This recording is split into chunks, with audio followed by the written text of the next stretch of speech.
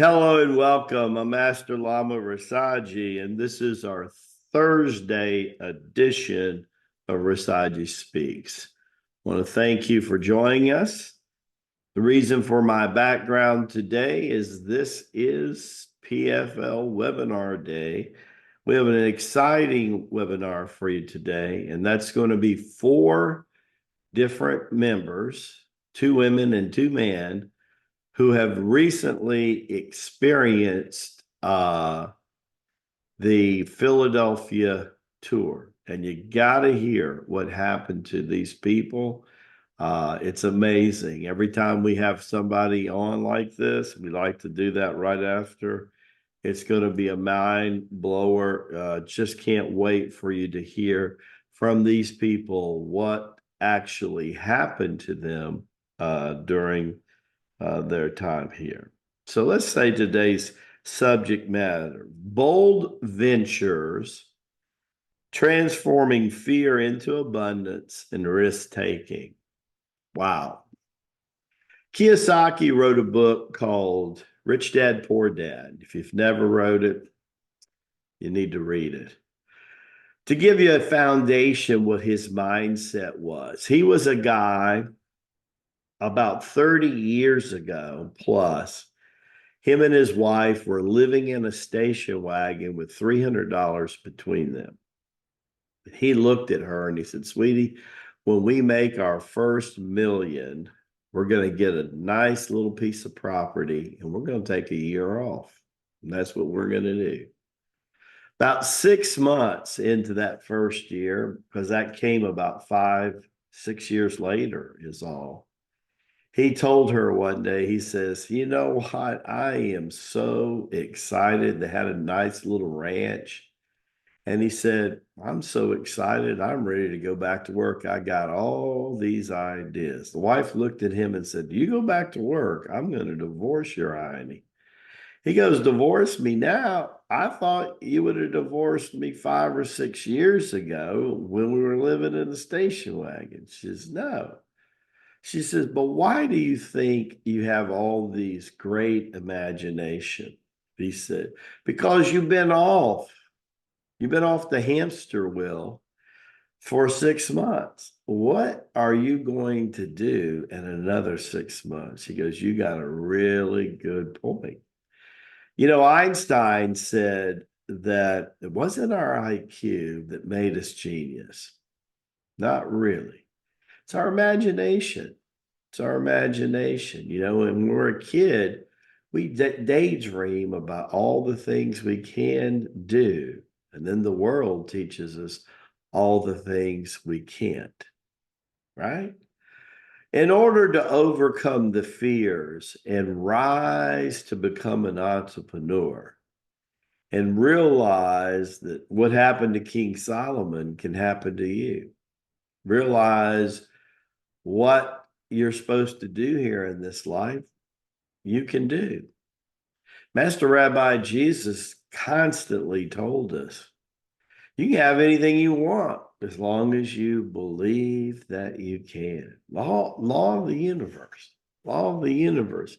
He was just telling and defining us how that law actually works. Do you believe that you can have anything you can? You see, our upbringing has a lot to do with it. And where we were in our college and professional life that first 10 years. When you're reading Kiyosaki's book, he divides income earners into 4 different categories. The employee who's always worked for someone.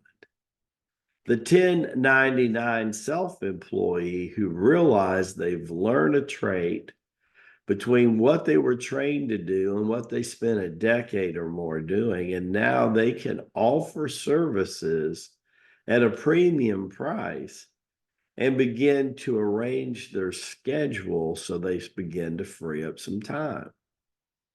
But even at that level, you're still trading dollars for hours.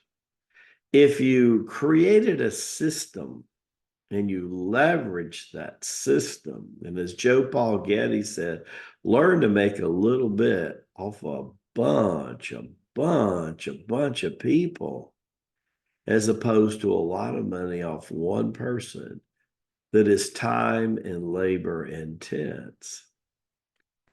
You might realize a dream you just didn't know it happened. And then you would have extra money. Well, if you have extra money, then you need to learn how to invest, right? Well, that's fine. But if we do that, then guess what? We better start listening and learning and practicing what we see in the mirror, put it on paper and put it in effort and put action to our thoughts. Align the feng shui of things with what we do. And lo and behold, we will move to higher ground, right? Can't keep my foot on the riverbank and one foot in the boat and move to higher ground. I mean, unless you're the elastic guy from Fantastic Four, right? Think about it. Fear is something that most people have. I was born with a lot of fear. I know it, because the emotion for the kidneys is fear. And I had kidney disease for a good 3 or 4 years, right? And that was really powerful for me. I remember being afraid of my own shadow. I know today you look at me and you hear me, it's hard to believe. But as a child, I was like that. My firstborn was like that. Secondborn, not so much. And Chin, well, he's got very, very little fear, thank God. And that's because he's born into a household where his mom and his dad has outgrown a lot of their fears over the life. And I've embraced the spirit of Hanuman, who has absolutely no fear whatsoever. Only the yielding to the divine. That's it. So you start to put everything together, and little by little, your fear shifts and you transmutate your fear. You rise above your fear. I remember Iko Roosevelt said, the only thing we have to fear is fear itself. When you realize fear can't kill you, it can make your heart beat a little faster, can make you breathe a little shorter, can make you a little bit anxious at times. But when you allow it to go right through you, so, a human being is like a quartz crystal. And just like the sunlight can go through a crystal that's hanging up in a window of a kitchen, fear can go through a human being and release it, and they don't let it. But fear can be transmutated and used for a purposeful good to move you forward and not move you back. It's an interesting thing. This is why we do column exercise, why we do mirror meditation.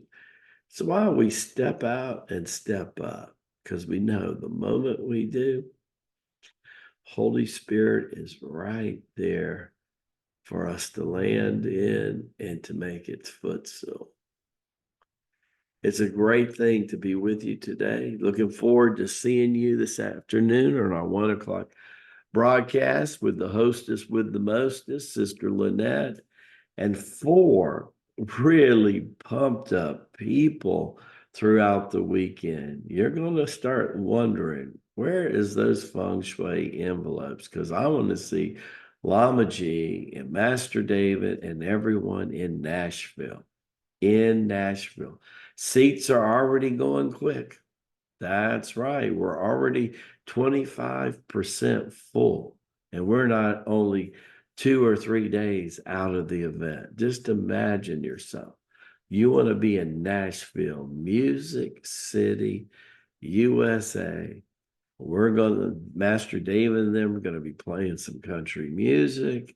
They're going to be playing some Christmas songs because as we move close to that time of the year, getting close to Advent, you're not going to want to miss this. Our choir in Philly was off the chart, voices like angels. The musicians, Master David and Brother Nate and his lovely wife, Lix, they were phenomenal. Sister Heather and Brother Robert. I mean, it's gone to a whole new level. And you don't want to miss the last event of the dragon. We will always remember what Lamaji taught you. We soared in 24 with the dragon. We're going to arrive this year in 25 with the snake. I hope you are ready to embrace the prosperity for your life. God bless, and we'll see you this afternoon.